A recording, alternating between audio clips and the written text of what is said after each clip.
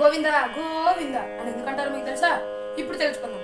ఒకరోజు స్వామివారు అగస్త్య మహాముని ఆశ్రమానికి వెళ్ళి నన్ను శ్రీనివాస అని పిలుస్తారు. మీ దగ్గర ఇన్ని గోవులు ఉన్నాయి కదా, నాకు గోవు ఇవ్వరా అని అడుగుతారు. అగస్త్య మహాముని ఇది విని సంతోషించి ఎలాగంటారు, వేదాల్లో ఎలాగుంది, ధర్మవతి లేనిదే గోవు ఇవ్వరాదు, మీరు మళ్ళీ రావచ్చు. ఇది విని స్వామివారు వెళ్ళి మళ్ళీ తన భార్య పద్మావతితో వస్తారు. ఈసారి అగస్త్య మహాముని ఉండరు, వాళ్ళ శిష్యులు ఉంటారు. వాళ్ళ శిష్యులతో ఇలా అంటారు, మీ గురువు గారు నా గోవులు ఇస్తానని మాట ఇచ్చారు. ఏరు మీ గురువు గారు? ఇదిగో నా భార్య పద్మావతి.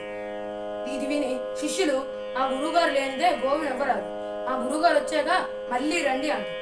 ఇది విని స్వామివారు కోపంతో కొండ మీదకి వెళ్ళిపోతారు. కొంతసేపుకి అగస్త్య మహాముని ఈ విషయాన్ని తెలుసుకొని శ్రీనివాస వెనకాతల ఒక గోవును పట్టుకొని వెళ్ళి, స్వామి గోవింద గోవింద, గోవు అంటే ఆవు, ఇంద అంటే ఇదిగో. అందుకే అప్పటి నుంచి ఇప్పుడు దాకా మనం కూడా అంటున్నాం గోవింద గో